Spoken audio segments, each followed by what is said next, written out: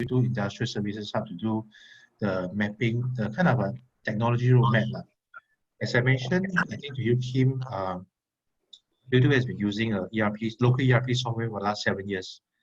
There wasn't much of upgrades in the 7 years, so it's time to look at other options, and especially now the PSG grant are very attractive. So I basically just have to look through the PSG grant candidates, start calling one by one. Then I spoke to you, so talking to a few vendors to find out what's the technology nowadays, different from 7 years ago, and explore options.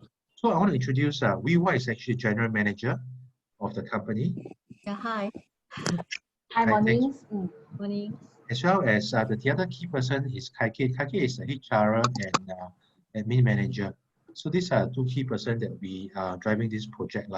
So my role is to get them to understand the requirement, to help with the whole sourcing process, but I will not be involved in implementation. So I'm just an independent consultant doing this. I'm also doing a project under the government grant. So then after I have select a vendor, if they decide to go for an upgrade now, then the vendor will take over the project from here. Because W2 Industrial Services Hub do not have IT manager, so the contracting, the whole selection process, they are not familiar, which is why I'm facilitating this process. Understand? So just to make it clear, I'm not getting any commission from any software vendors. Okay. Not that you can give any this Singapore, so this is very, very tight. So yeah. All right. So as I mentioned, Kim, just now, we have about, maybe you can present your solution in about 30 minutes time. Then later on, we will so-called maybe 15 minutes or so of question and answer. We hope to end this session by latest 10:30. Keep it focused. I think I briefed you before about W2, what it does, which is it distributes kind of diagnostic equipment for oil and gas, waste process industry, and they also do a lot of maintenance, apart from commissioning and so on. So that's the context of W2 Services Hub. So yeah, back to you. You can now share a solution with us. Sure. Thank you very much. Good morning to all. My name is Kim. I'm from the World Management. Today, my colleague, Myceli, she's our product manager. She'll be doing the product walkthrough demonstration as well. So I will just do a very quick briefing session about our company base and also the clientele that we have it. Okay. So first of all, the World Management has been in the market since year 1980. Initial start, our company actually providing secretary and accounting services. Over the years, we actually start to sell 600 accounting software. We are a premium solution partner since year 2005 to now. Okay. Generally, our company, we are carrying two products, two big financial cost software. The first one is Sage 300. The second one is SAP Business One solution. On top of these things, we also carry Sage EasyPay payroll solution as well as Workbench project management software. Okay, so thanks for the agendas that just now Shipping had gone through. So here do an overview. So based on today, the solution functionality, we actually were covering more to our financial side as well as operation side. Okay, the financial concerns, we come with financial ledger, which is called general ledger, account receivables, accounts payables. On top of this, you also can have multi-currency feature, optional fields for you to create new field if needed. Operation portions, the system have inventory control, service managers, which is for you to do your servicing contracts, service order, selling of item. You are also allowed to raise purchase order, to have purchase order functions, to raise PO to your suppliers and so on. Okay. So Myceli, I will stop sharing my screen now. You can take over for the product demonstration. Thank you, Kim. Thank you, Myceli.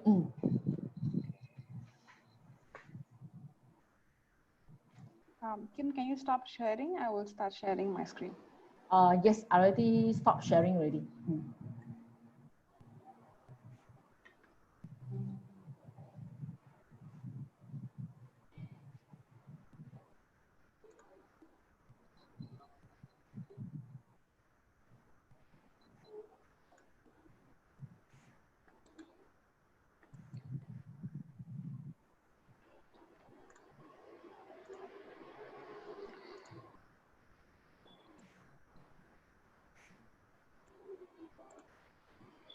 Can you see my screen now?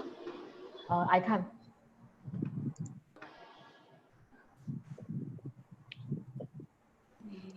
think it seems like you're still sharing your screen. So Me, huh? yeah, I think so. Okay, sure. Like that, now I can see you are screen sharing. So I click again. The system already say your screen sharing is paused. So I click stop share. Okay. Yeah. Thank you.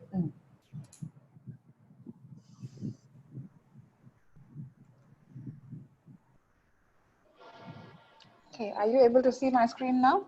Yes, can. Thank you. Yes, quite clear. Very good, yeah.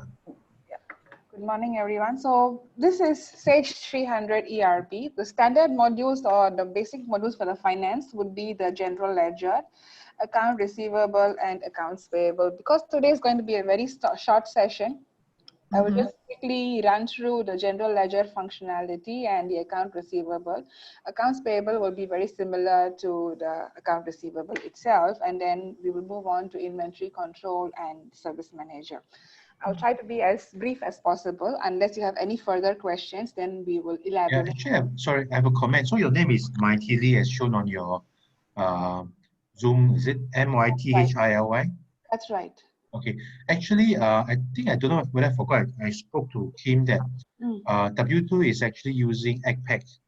Okay, currently using EggPack. So actually, then I believe the APAR look very similar to EggPack. So there's not much need to go through that. We're more interested in the procurement and the sales process. Yes. To do that part. So we will directly move on to service manager then. Okay. Yes. Have you all gone through the inventory control, or do you have an inventory control module currently? We have, but we can start from inventory control module. Okay, so for inventory control, if you are currently using the Sage 300 ERP, then you will know that the product code itself is 24 characters alphanumeric, and it will come with a grouping of account set and category. And Sage allows you to have multiple units of measure for the same product.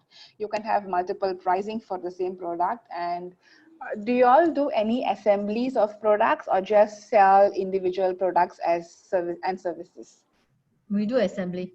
Okay, so do you currently use the bill of material in Sage 300 ERP inventory control? Actually, ours is not Sage 300 ERP. Ours is existing is a Synergics, but basically it was not connected to our accounts. Our accounts are using APAC. Plus the Synergics finance module was not very reliable. Yeah. Okay, so I will go through the Sage 300 ERP inventory control module in detail, and then I will go through the service manager. So the product code, as I mentioned, is 24 characters alphanumeric with a 60-character description and additional information. For each product that you're going to sell, you can also have multiple units of measure, and the system can do conversion from your basic stocking unit to the buying or selling unit automatically. Okay, and I can also maintain the item pricing in different currency or for different customers. So I'm going to have different customer range or group of customers having different pricing structures. I can maintain different pricing structures inside the system, and I can also have price discount levels by customer types as well. So I can have a standard customer, a distributor customer, or a wholesaler customer which has different price discounts, or I can have individual contract pricing for the customer. And then we move on into maintaining the bill of material. Okay, for a bill of material for each of the item, when I'm doing assemblies, I can have multiple hierarchy of assemblies. For example, this is the main product that I'm going to build, and this main product can have sub assemblies as well over here, and I have other components. So I can have individual components or sub assemblies, and I put in the quantity. Yes. Somebody asked a question? I don't think so. Okay, so you have sub-assemblies and you can put in the quantity of the components. And then when I'm going to run the assembly process inside the inventory control under assemblies, so you can specify which is the product that you want to assemble, as of what date, and what is the quantity and location that you're going to use. Like if I'm going to make 10, it will automatically deduct the components and then assemble the finished product for you accordingly. Okay, Sage 300 ERP allows for different types of inventory costing as well. So you can follow moving average, first in, first out, or if you're going to have individual batch-based costing. You can have lot costing or serialized costing or standard costing as well for assemblies. Any questions so far? So far, so good. Okay, so I will come back into the setup. So inside the inventory master, you will also be able to maintain reorder quantities. So reorder quantities basically allow you to maintain stock replenishment in case of your high and low levels. So it will allow you to automatically generate purchase orders based on the stock inventory levels or based on your projected sales orders that you're going to have. So these are the basic requirements for inventory control. Anything else that you have in specific for inventory management? Okay, basically we have, okay, I just wonder basically, what happened is that not so much, okay, we have like, for example, a system, okay, and then the system contains A, B, C, D, and then we have another system that contains also, you know, B, V, D, E, F, you know, so there's actually some common components. So basically, how do you actually account for example, how to explain? How do you actually account for in the inventory itself? Can we actually have a master part number, and then with component, all right? And then basically we have the flexibility when we need to call for that master. You'll be able to basically pre-assembly, you know, whatever. So You know, saying tell that, us, tell us how much we have still in the inventory. how much you have still in the inventory. Are you saying that you can sell master A with A, B, C, D, and a master 2 can be for B, C, D, E, F? Correct. So some of the components are common for product A1 and for product 2 as well. That's right. And you don't decide on to assemble them until upon selling. Very good, correct. Okay, so that is called as kitting items. So when I do kitting items, it's slightly different from BOM. When I do a BOM, I tell the system that this particular master item is made up of all these components and I have to assemble it to have stock on hand for the master item to sell it. Whereas kitting is very similar to BOM, but it will not pre-assemble the product for you. It will keep the individual components. So if I'm going to sell product 1, it will just deduct the stock of all these components. If I'm going to sell product 2, then it will deduct whatever is those components. So when I see my inventory, I will still be able to see individual components stock on hand. Okay, very good. Okay, so that's very good. That's a very good one. Yeah. So I think this would answer your question. Yes, very good. So I can have it as a kitting item inside the inventory. It will have all the inventory components. So once I pick up the master item, it will know how to deduct the stock of the components as well. Yes. Okay. So that is for inventory control. Apart from that, you have the basic inventory inquiry. For example, if I want to check on stock on hand for a particular item, I can just select which is the item that I want to check the stock on hand. So I can have multiple inventory locations for each of the item. It will tell you for this location, what is the current stock on hand. It will also tell you what are the current outstanding purchase orders. So when I just double click on the quantity, it will list out what are all the POs. From the individual PO, it will allow you to drill down into the purchase order number to view the information. Okay, the same thing will apply for my sales order as well. So I can see what are all the outstanding sales orders for this particular item, and then I can drill down into the sales orders as well. And as I mentioned, it can allow you to have standard costing, average costing, most recent cost, and so on.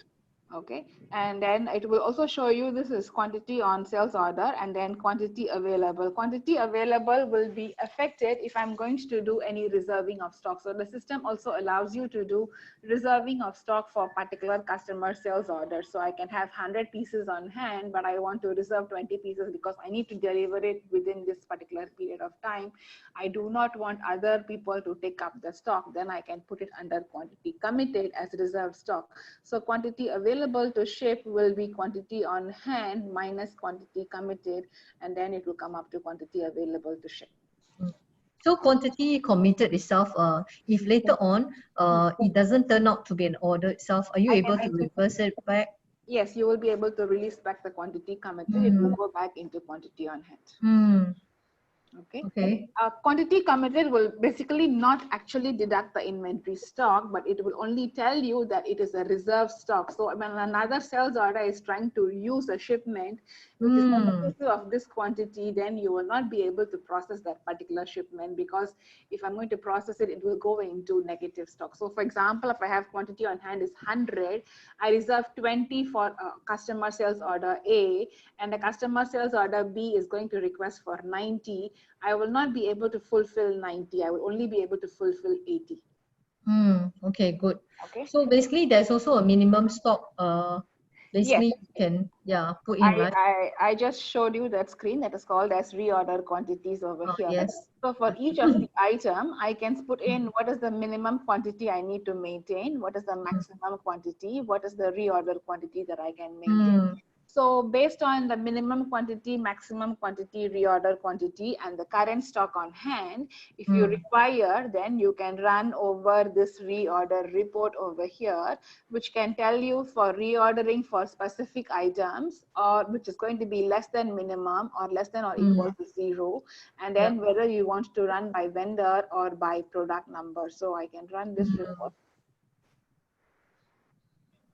Okay. Let me just run it the other way around.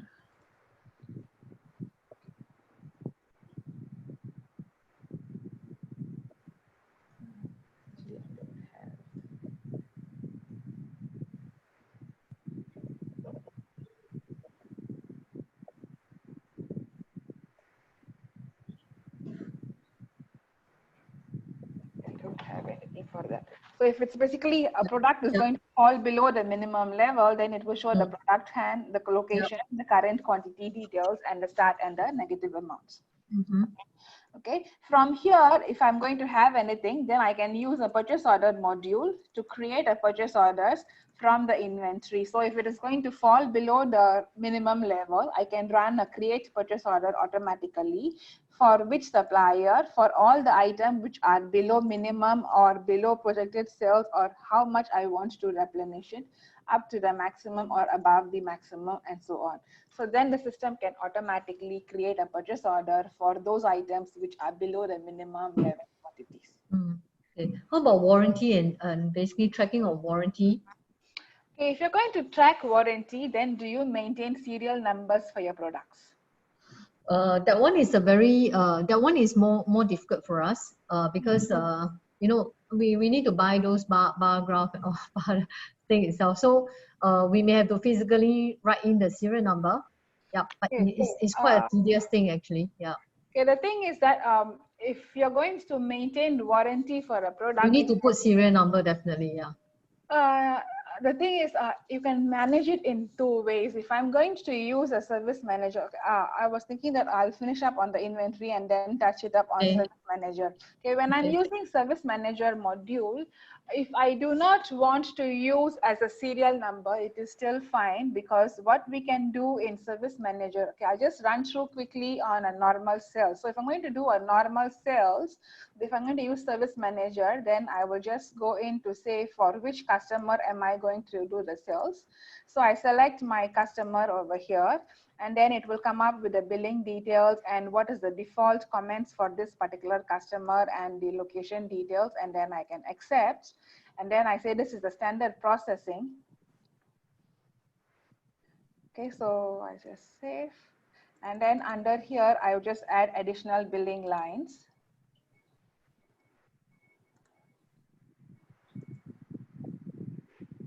Then I insert the product that I want to sell.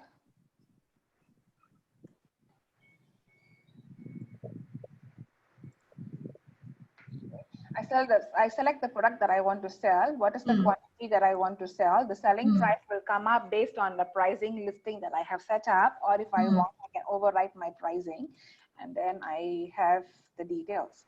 Okay, so this is after I set up the item. I can also sell services. For example, I want to put in service. After I had the item, I just say insert service. So I can say the service can be a standard service or a labor service and so on. So if I'm going to do standard service, I can call this as agreement or installation or whatever you want to call it out as well. For example, charges.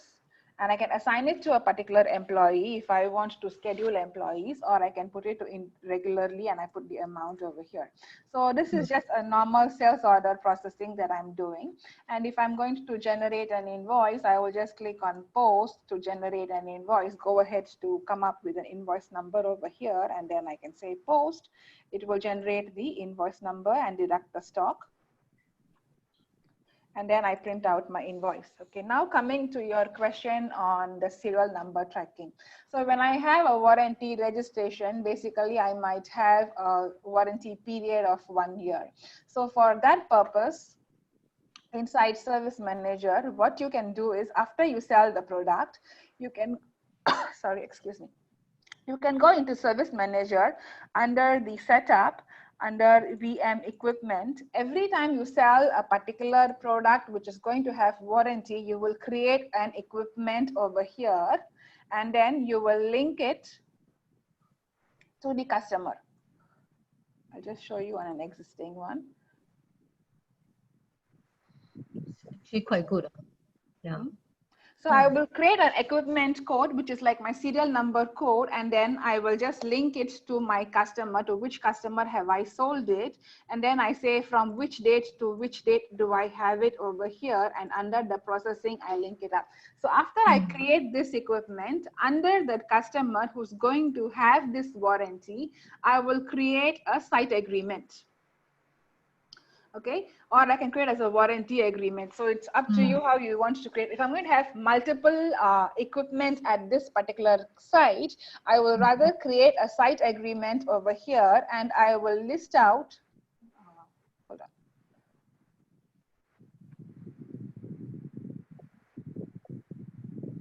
on. I will list out all the equipment that this particular customer has over here with me. So that way I will know which are all the equipment that are going to be under this particular customer's warranty agreement. And if I need to do servicing, what's the frequency of servicing that I need to do. And then the system can come up with a servicing schedule or a billing for it afterwards onwards. So will this address to your need on the warranty? Yeah, I think it's pretty good actually. I think it's good. If I'm going to do serial numbers, right? It's quite troublesome actually. Sometimes to dig every equipment for the serial number is a very big chore. Exactly, that's what I wanted to bring about also, because it becomes very troublesome in managing the serial numbers, because in and out every transaction you need to select the serial number, and sometimes you make mistakes in entering the serial number code. It will become a very big hassle to reverse it out and re-enter, manage it. But when you're going to use Service Manager, if you're going to maintain it as an equipment, you can always link it back to the product type, and you know which customer, which are all the equipment are under site agreement or under warranty agreement. Okay. Okay, so that is how you maintain service agreement. So you can have a site agreement for different products, or if I just want to have only for one product, then I can call it as a warranty agreement. So when I do warranty agreements over here, it will be for a particular product that I'm going to do, and then it will tell you what is the servicing that you're going to do. So when you're going to maintain site agreements or warranty agreements, let me just go through the agreement setup.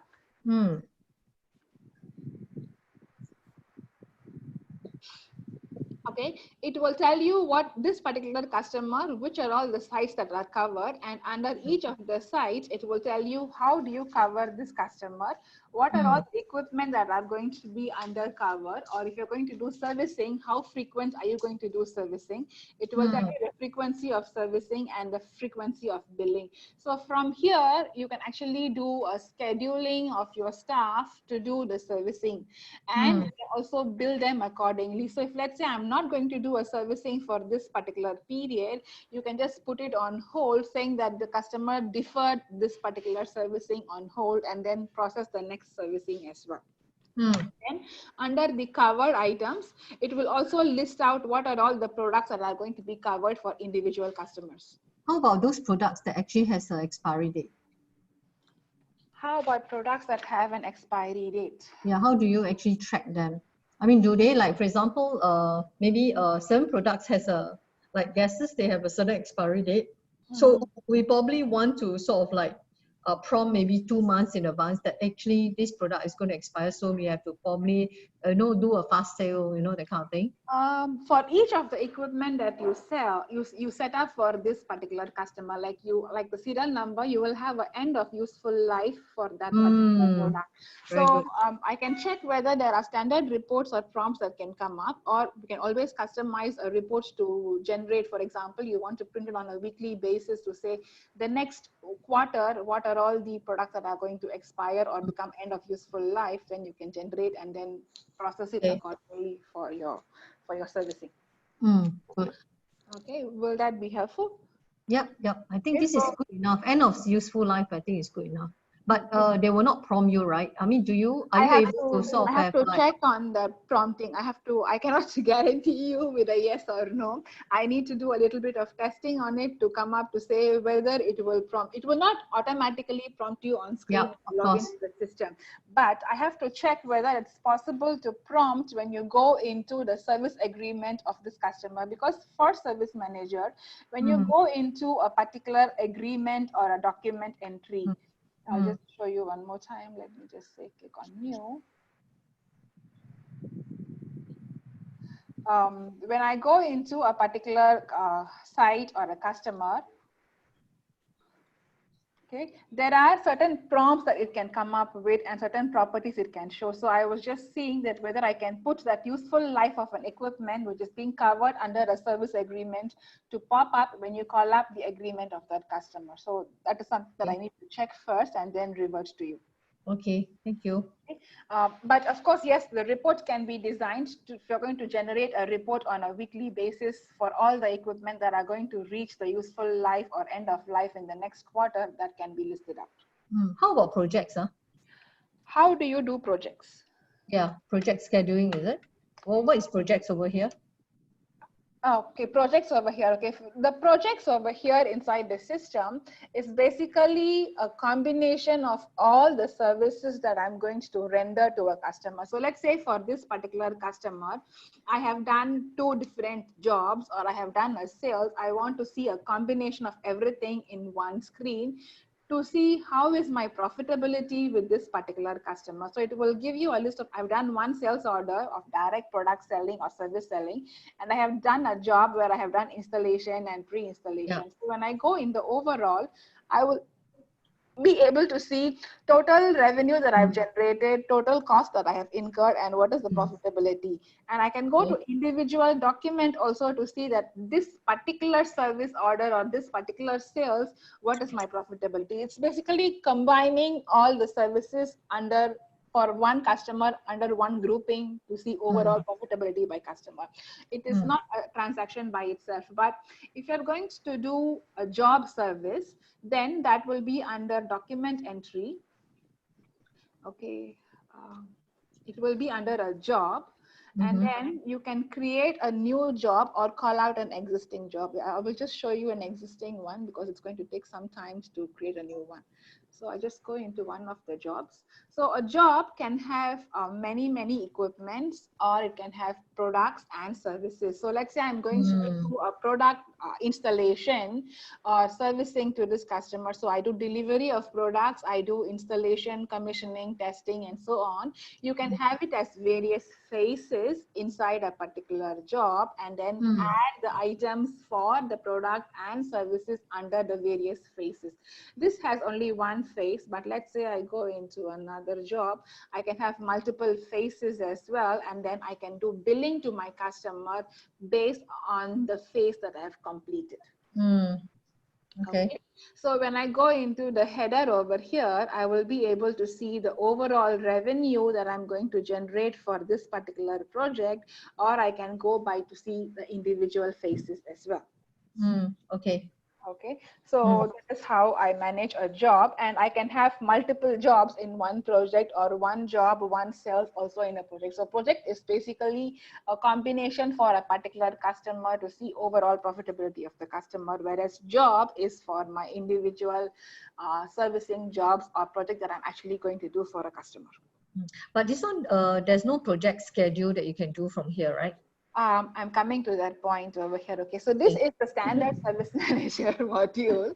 And from here, from the service manager module, if I'm going to have products and I want to do back-to-back purchasing, yes, I can add the item over here under, let's say I do a normal billing, and then I just insert item.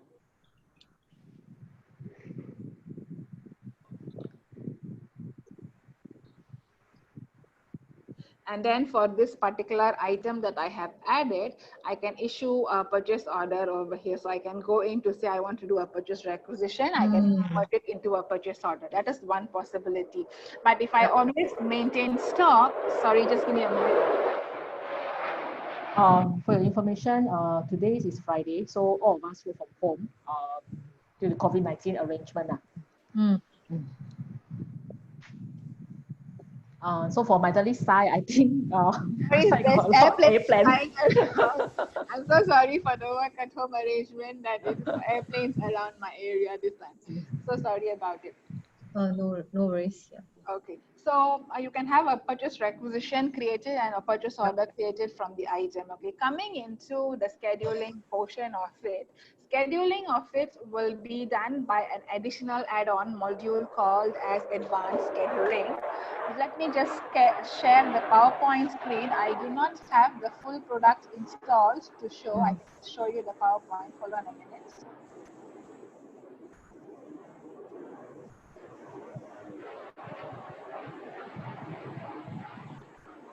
I think for COVID-19, there is so many special arrangement. For my daily side is now is the airplane. For my side, my downstairs is construction.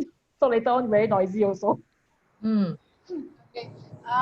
This is an advanced scheduling manager, which is part of the service manager module. It's developed by the same team. It is totally integrated with service manager. So the advanced scheduling would be a scheduling module, which allows you to schedule by your equipment or by your people as well. It will also show you this particular person is going to attend to which customer's job at this time and this date and so on and so forth. It can link back to your jobs as well. So I can have a calendar view, find available resources, and then have different. Are you able to hear me still? Yeah, I can hear you. Okay, so you can have different color coding and you can link them to the job itself, and then you can have different presentation formats on the availability.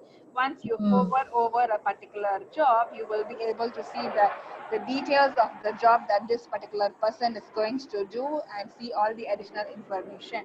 Okay, and then the people themselves will be able to log in. You can have the users to log in to make their own scheduling by assigning the job to them. So once you assign a job to an employee, the employee can also go and reschedule based on their arrangement. You don't have to limit over here. It can be in pivot time format or line or timeline format, and the different options that is available for the users for rescheduling the job. Oh, well, basically, okay, I mean, this is very good for scheduling and everything, but I just wonder, basically, do you also provide the services where basically when the technicians go down to the site, they are able to create the report from there? Yeah, that's what I'm coming to it. So the advanced scheduling can also have, or the service manager can also have handheld devices where you can log in and then it can see, they can extract the information into their handheld devices. Okay, the question that I have now is, what would be your sequence of priority? Whether you want to have the service manager first, you need advanced scheduling, or the user to have the handheld devices so that they extract the information? Basically, not normally our schedule are actually basically updated on a whole weekly basis, and then basically we have, let's say for example 4-5 teams, then basically they will just follow the schedule and then go down to the site and then basically do the servicing. After the servicing, they will do the reporting. But basically at this moment, we are actually doing all, basically manually lah. Yeah. Because you can see over here on my screen that yes, they can have iPhone or Android connectivity. They can just log into the system and then they will be able to see the job and then record whatever they're going to do, update it, and then it will send back as email. Okay, very good. This one is basically Technisoft is actually basically created by Sage also, is it? Technisoft is a third-party developer for Sage, and they do develop products only for Sage, which will totally work integrated with Sage. Okay, good. So basically, all this you can use iPad or you can use Android, everything itself lah. Yes, correct. It can work on iOS and Android as well. iOS also, huh? Okay, good. So, so that's all I have for now to show you how advanced scheduling and how the handheld devices will work with Service Manager. Yeah. So also another question itself is that basically we can create our own basically like the way we want to show it. You know, you have your standard format of creating, for example, service. Okay, besides writing service report, we actually have to do calibration report, which is linked to the service report. Yeah. So do you have actually avenue for basically doing the calibration report, and then basically like, you know, like create your own way of calibration report? You have to send us a sample of the calibration report to see whether those fields can be incorporated inside the standard form, or will you be maintaining it as a separate app inside it, and then a PDF you want to attach it back into the service report. Oh, okay. All right. Okay. So I will have to. We will. Yeah. Okay. We will get back to you our samples, and then at least like you will see whether is it possible to do it. Basically, of course, I would expect basically you can custom the you know, the page for us how we want it to be look, right? Yeah, I cannot confirm now, so I would rather that you can send us the sample formats, then let us review it and then come back to you whether it can be done or whether it is not part of the functionality or whether it will require additional customization. Yeah. Also another question itself, basically for this Technisoft itself, when my guys go to site, for example, you know, you can basically write, you know, the report, and then you can do a digital signature. Can also basically, can the customer also do a digital signature on that? Yes, when you do this phone device, you can have an option for the customer to sign on it digitally as well. So they will use either the signature directly as a stylus and so on to sign on the device itself. Okay, good. So one question for me is how is this integrated with Sage, if at all? It is integrated to Sage Service Manager, so it will all be linking back to the job. If you see over here, I have my job number. So you have this job number J0001. This is basically the job that will be created inside the Service Manager, and it will link back to that particular job. So the employee is assigned to this job to carry out this particular task. Okay. So then it will come back into Service Manager, and then from there you will do the billing. Does it work as an add-on or? It is an add-on, yes, correct. Okay. So Service Manager, okay, to come up with the whole functionality would be, you will require Sage 300 ERP, financial modules, and inventory control. If you're going to require to do purchase orders, then you will need the purchase order module and the service manager module. So service manager module is the core, which is going to do all your sales processing and your job services and maintenance of your equipment and so on. Then advanced scheduling would be on top of the service manager module to manage your employee task schedules and on-site appointments, and then you will have the handheld device as well. Okay. For advanced scheduling and for handheld devices, we also will need to know how many people will be using the system, because it goes by the individual named user count. So for Technisoft, sorry, just clarification, maybe I didn't get that, but that would be, so all the employees that are going out will also need to be users, is that correct? For the app, yes, correct. Handhelds advanced scheduling, they have to be created as users because they can still be able to log in to change their schedules. Okay, so that would that would impact how many users that are on Sage as well, right? Not necessary, because it depends on whether I'm going to, the advanced scheduling app users don't have to really log into Sage. So they will have a separate login for the advanced scheduling. So it will be separate user licenses. I will not eat into my Sage user licenses. So Yeah, I Sage think that's users can important. be, Sage Yeah. users will be concurrent user licenses. For example, I'm going to require only 5 or 6 Sage user licenses, but I might have 10 service engineers who are going to use the scheduling system.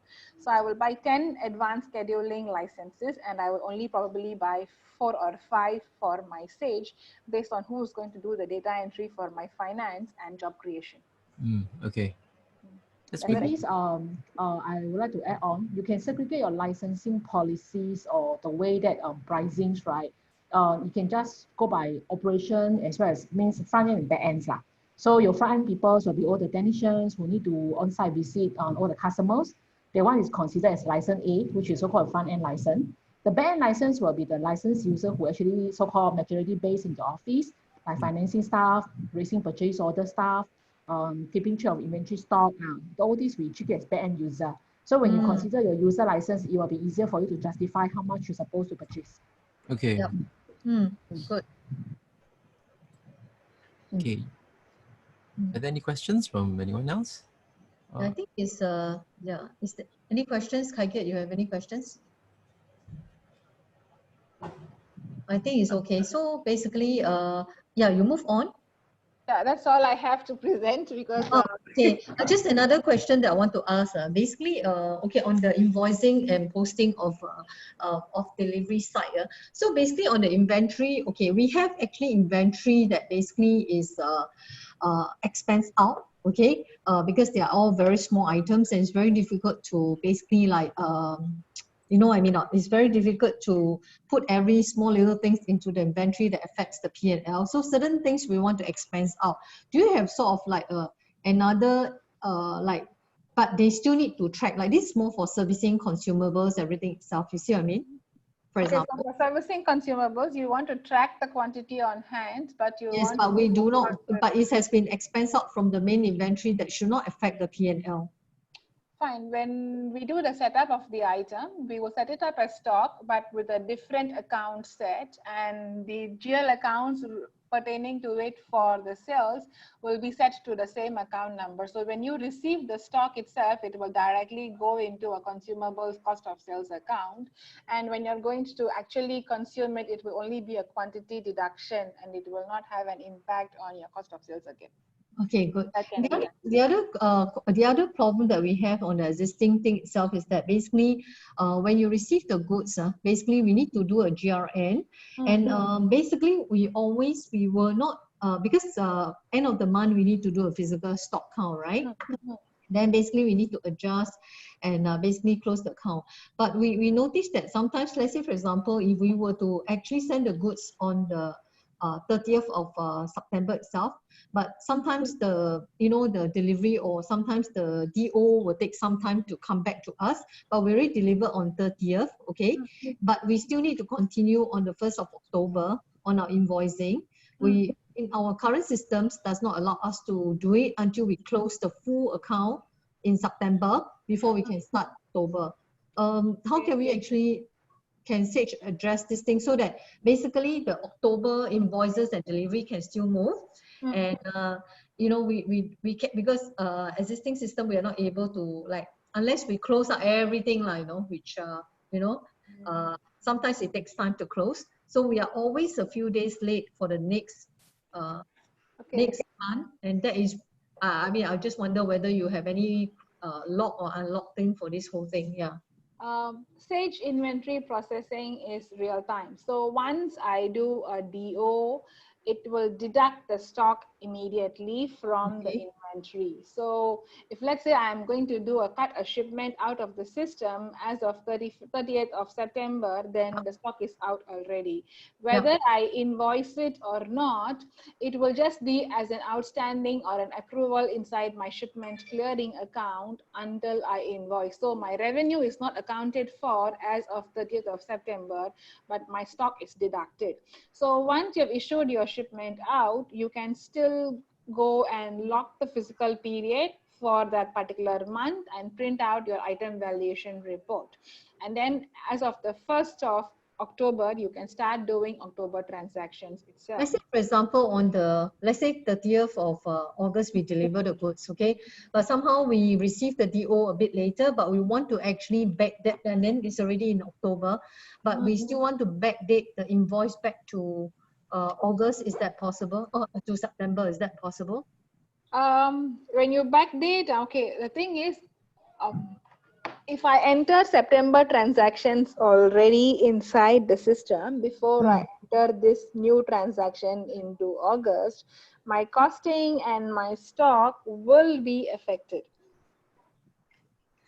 Yes, but because sometimes, you know, it's a lapse of 1 day. For example, on the 30th of September, we deliver at 5 o'clock, okay, for example. Okay, so on the on 1st of October, we want to invoice, but we actually wanted to invoice on the 30th of September. But at the same time, on the 1st of October, we want to invoice the rental for our tenant here.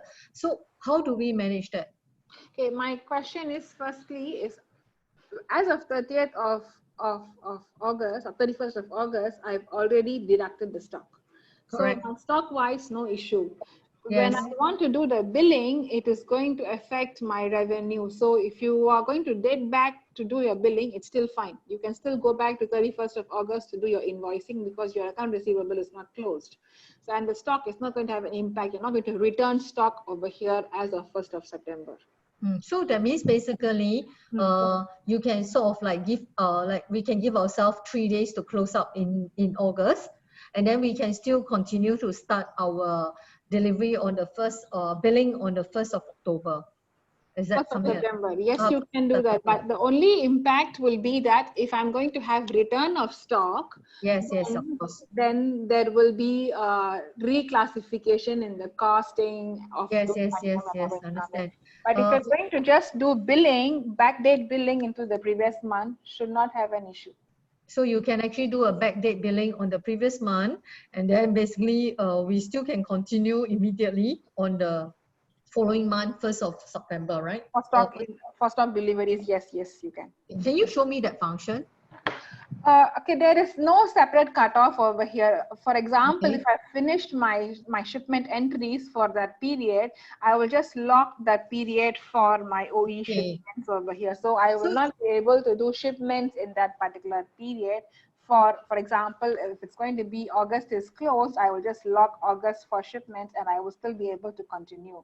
But because my account receivable is not closed, I can still continue to do my billing. So the system wise, there is no locking limitation over there saying that I have to close this period to move on to the next period. So during this transition period, if I'm going to have both August and September open, the person who's doing the data entry must be very careful to do the transaction date correctly. Oh, okay, good. I would like to share my concerns because actually, if you do a backdated entries for your billings due to the operation requirements, right? Generally, in the accounting process, you have to think about invoice number because the system will auto-generate the invoice number for you. So now your invoice number will be, jumping up and down. Yes, that's what happened is that basically, that's why I understand what you mean, because invoice number has to be sort of like continuously. Correct. So that is a limitation basically, because sometimes what happens is that our customer ding dong, but we already delivered the goods, but then they actually hold us on the invoice. But at the same time, we want to invoice the day that we actually delivered, but it may be 1-2 days later. So then basically the problem is when you do that, then there's a running number for the next September. Then become a big problem whether which ones to move from. So it's like you will still be limited on that. And also the other thing is that sometimes the stock take can take 1-2 days, you see. So when every month we try to do a stock take, but that is also very unnecessary because we have like our tenant, we want to actually bill them on the 1st of October. That one got no delivery goods, it's just a rental, but we are always not able to do it on time. We always do it on the second week, then do, I mean, it's not very good lah. So it's something that I thought maybe, yes, I think running number is important. So I'm not sure whether you know, there's a trick for that also. Depends on how you look at the running number. The easy way for most of the accountants is all running number one until the other itself. But I'm not sure whether we can, is there anything that we can do to sort of overcome this thing? There is some customer who do it manual number, like monthly they change a new set of number. Correct. So pro and Can cons we lah. do that? Pro and cons lah. Because you do it on monthly basis, it means that every new month you have to change a new set of number. So for example, 1001.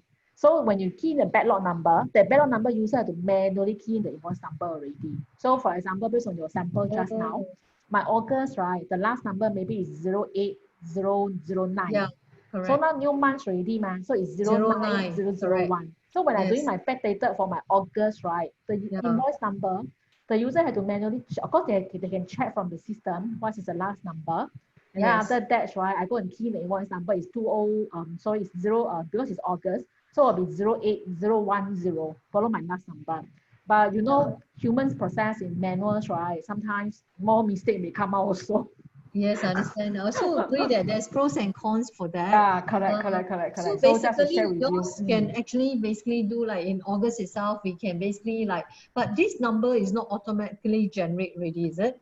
Let's say for the fresh month on zero, let's say September, we want to create like, for example, August, okay, let's say for example, for August, if we didn't close it, we have the 08 dash, let's say 08 dash 0012, for example, then we still can go to 131415, for example, okay? Then the following, basically, does the system automatically generate 09 something? No, manuals already. So means that every don't month, right? that means every month manual. Change the number first in the setup to say I want the next number to be 09, which is September, and then start from 001 again. Yeah, correct. Correct. So every month you have to do this action before your first invoice can be. Okay. So pro and cons, I don't really suggest monthly invoices. I feel that sometimes, you know, you depends on humans to go and do these things, right? It's a bit they may forget, they may overlook. But if the backdated billings about the invoice number, if you are still comfortable with it, we still suggest you to just use one set, so that at least the system will keep running a number for you. Again, say again. If you're okay with the just now the invoice number that for example, when it comes to August and September, there's a big skip. So one set of number actually is still recommended. But if you're concerned that or you don't really like the idea, the invoice number when it comes to August, now go to September, my invoice number not in sequence, right? Because jumping ma. So and then you prefer just now the manual that we say 1 month, but every month you must reset. The one is still workable, but of course, manual number on monthly basis, the user you require them to reset, right? They really have to remember because the system won't prompt them that and now it's new month. Oh, I see what I mean. So they won't prompt the new month when it comes, basically. Okay, the issue go back to like, for example, right, 31st of December and 1st Jan you don't work. So when it comes to 2nd January, right, the users maybe want to start to key in new invoices for new year's ready. So they have to change the invoice number to be 01 again because it's January. So my concern is only worry the user may forget about this portion. Okay, I understand what you mean. Okay, fine. I mean, we have to balance that. It's always the difficult thing. Correct. The best of both worlds. I guess this is a normal way because normally all the invoice DO are all running numbers. Yeah. Correct. But once we manually put, for example, the invoice, does the DO and the invoice actually link together? Generally, right, because you can have like for example today's right, I got 2 delivery. So the morning DO number is number 1. So afternoon is DO number 2. But the morning one very fast, they come back already. So sorry, the afternoon one maybe very fast, they come back already. So DO number 2, it will be invoice number 1. Oh, okay. So yours is actually that means your number will go according to that means basically next available number. Again, say again. It will be based on the next available number because you do DO, you don't bill your customers. So now, right, today I got 2 delivery.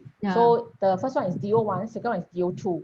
So the DO1 go out and come back very fast. So now I want to bill. If this is my first invoice, so the DO2 invoice number will be invoice number 1 already. But the DO1 come back only evening time. So the DO1, the invoice number 2. Oh, okay, okay. But how do you, okay, I know what you mean. That means basically whoever who runs that first number, just go that number lah. It is actually not connected to the DO lah, correct? Okay, okay, okay, okay. So, but from the, but we will be able to basically like, we will be able to see, that means DO will be a different set of numbers, invoice will be a different set of numbers lah. They are not linked lah. Yeah, not linked. Because we also take into consideration, for examples, right, you have raised a DO and you bring the goods to your customer, but when reach there, they will tell you, I don't want that. Yes. So you say, okay, now we cancel the DO for you. So this DO number will be corrosive at 0 because means that you put back the quantity back to the system, but the DO will be no billings already because you put back the quantity back to the system already. So the DO will be just cancel lah.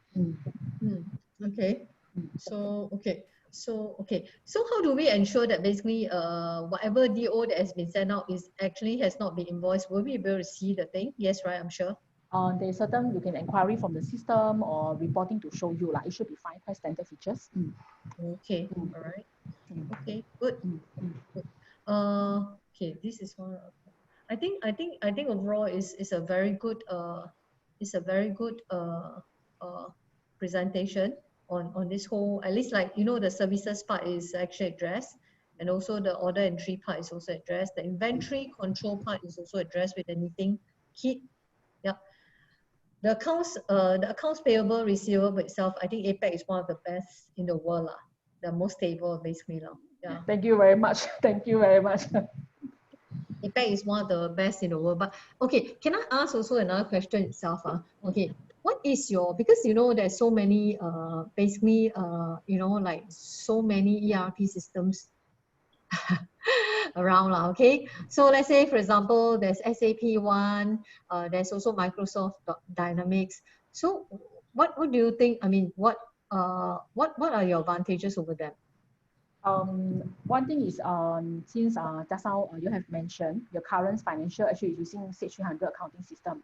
So it's using APAC lah. It's a very old APAC system lah. But it's we have to manually put into the system.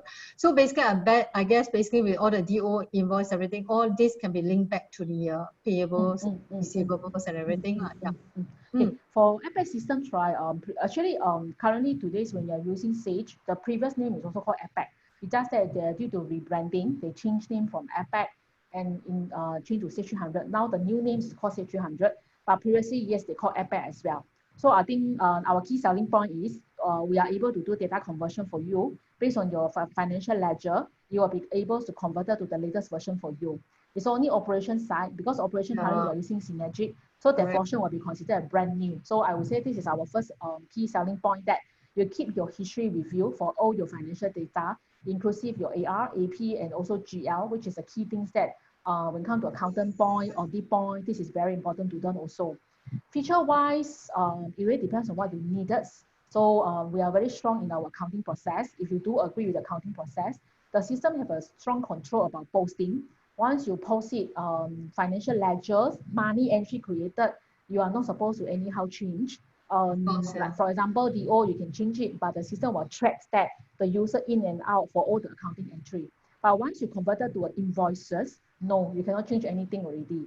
But we can sometimes, of course, give a credit note or yes, correct. So it will be shown there, basically for the credit. In accounting procedures, I would say yes, finance should raise a credit note due to any invoices has been raised. You should keep track very promptly on this portion, so that you will be able to see in the system that your invoices and your credit note, why you raise this thing, any reason has been given, does the stock already put back to our system, or due to services is not good, or all these will be able to help you to maintain your system. Service managers is something that I think will help you in your service process. It's not every customer is using service manager because it really depends on their business process as well. Okay, you can consider small. Yeah, and then basically, let me see. Okay, I slipped my mind on that question. Okay, never mind.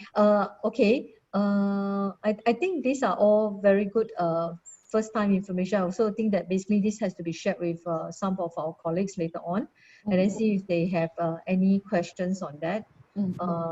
So talking about the migration, I forgot. Yes, on the migration of the existing synergics. Like for example, for quotation, I mean, of course, I'm not so sure how extensive is our migration to this Sage site, in terms of basically, uh, because what happens is that for quotation, we have already sort of create our own library. Mm. So basically, like, which part number, we just call out the part number, then you will just display out all the information from there so that you don't have to do retyping. So I don't know how is your sales quotation and also your CRM and also your dashboard, how. Okay. For such accounting portion itself, right? For the migration portion, all your libraries about your part numbers, yes, we can migrate it for you. But if you're talking about your document entry, like your quotations, currently, no, we don't do any migration over. So what we do is that we will help you to migrate your stock parts that from the synergy system. And based on the cut-off date that you choose, whatever quantity on hand you have, costing, we will migrate back to our accounting system also. So these values that is bringing, you will be tally back to your financial ledger. But on hand, if you have, like for example, your outstanding quotation, your Yeah. outstanding sales order, regardless of using synergy or any manuals, PO, the one we don't do any migration for customer. Yeah, you have to we have to physically train. We have to Yeah. train you and how to key back to the system only. Okay, so basically how easy, because like for example, are we able to basically like put into an Excel sheet and actually basically export into, because our library for the quotation is quite a lot. Your quotation is referring to quotation or item part number? Basically we have many versions of quotation, so there's also item part number, there's also a description, before you put the item part number, you must describe what is it all about, right? Okay, we will provide an Excel template for customer to fill in. So I will assume you are referring to a part number. So currently, how you maintain in your Excel spreadsheet for all the part numbers that you have it, even though you directly key into your quotation already, right? We will provide you a master template. So we'll guide you that the user, which column they are supposed to fill in. And then the users have to use their own way to go and capture the current Excel spreadsheet and feed into my template in order for us to do the migration. Okay. Will all the ledgers be compulsory? You mean the field? Yeah, all the fields compulsory? Depends on the business analysis. Because during business analysis, right, we are discussed based on your requirements and then modify the standard template and ask you to fill in which one you're supposed to fill in. Okay. So maybe we will take a look and then basically we'll see whether how difficult it is to migrate, because I mean it's also another important criteria. Yeah. Understand. Can. So in that case, we'll wrap up for today. I will just go back to the last slide. This is our client base. I have actually segregated to this is currently our client base as well. Like pharmaceutical hospitals, we do quite numbers of non-profit organization. For the construction companies, Lian Bing's and Chi Eng is under company maintenance also. And other than that, right, we also got existing customer like Ecolab, Resolve. They are also using our service manager module also. So we do get quite a number of big range of customers that is on construction, engineering, servicing, non-profit organization also. Okay. The last, of course, I hope you can be our customers. Okay. The last session will be Q&A before we end for today. Unless you have another meeting to cash. Yes, correct. Okay. I think that's all the questions we have. Yep. So maybe Chipping will basically, I mean, we have to actually have a finalization of this thing itself, and then maybe we will have a second round to actually go into a little bit more detail so that to see whether it really fits our what. The other thing is also, of course, on the commercial side. Yeah. So actually, Kim, so could you also send just a reminder to send that template so that we can access that? We actually are going to talk to quite a few vendors. So I think as B1 mentioned, if we'll shortlist some of the vendors and then we'll get back to you maybe by next week. No problem. I will send you the our migration template shortly so that you can go through my item master file. Okay, as the one I mentioned, because your accounting ledger, which is contain your AR, AP, GL, we can do data conversion for you so that you no need to rekey everything. We will migrate the data based on the history that you have it and port over to the new system. On the operation side, because currently you're using Synergy, definitely this one require migration. So you only require to fill in one template, which is called inventory master. And then I will send you the template. You can go through and then you see whether you think that it's very difficult for you to fill in. If you're saying about outstanding purchase order, your current quotations, current sales order, haven't completed one. They want we only train the user how to key during the implementation times.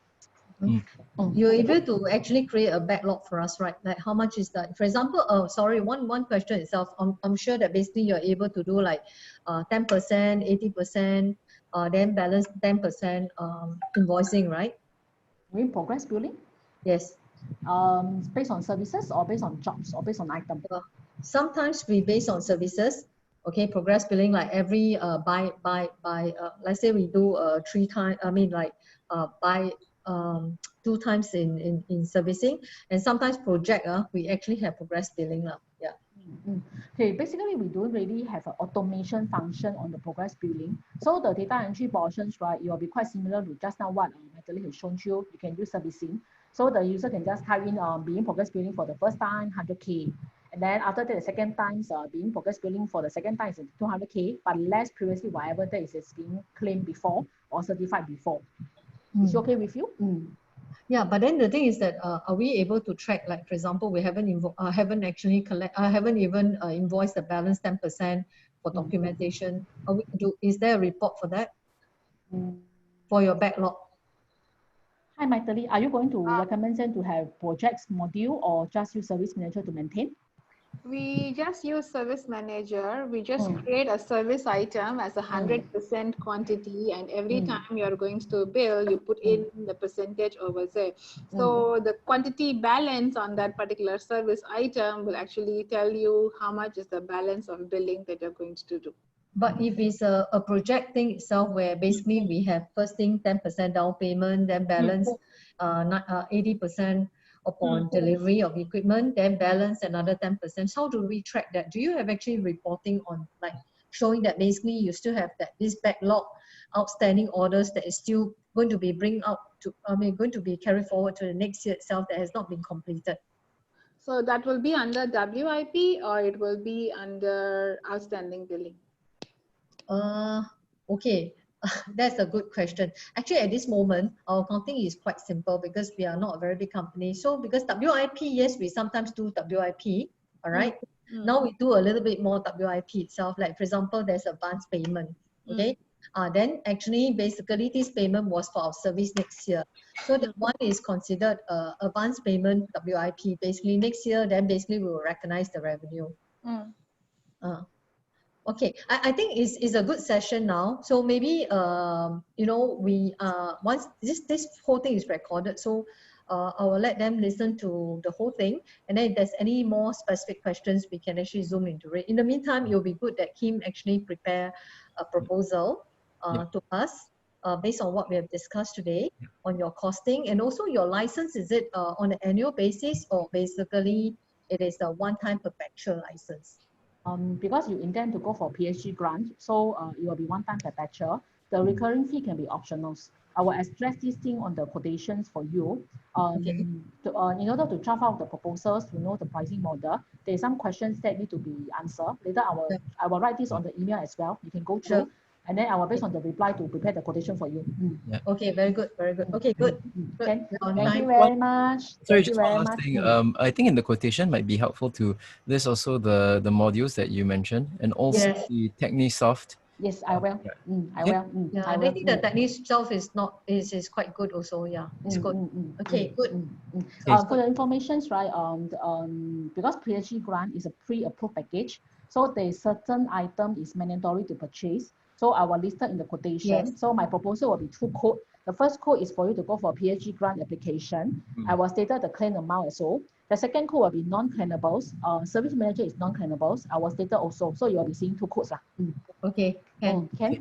Have a good Friday. Okay. Good Friday, everyone. Yes, thank you very much. Thank you. Bye-bye. Bye-bye. Bye-bye. Bye. Thank you.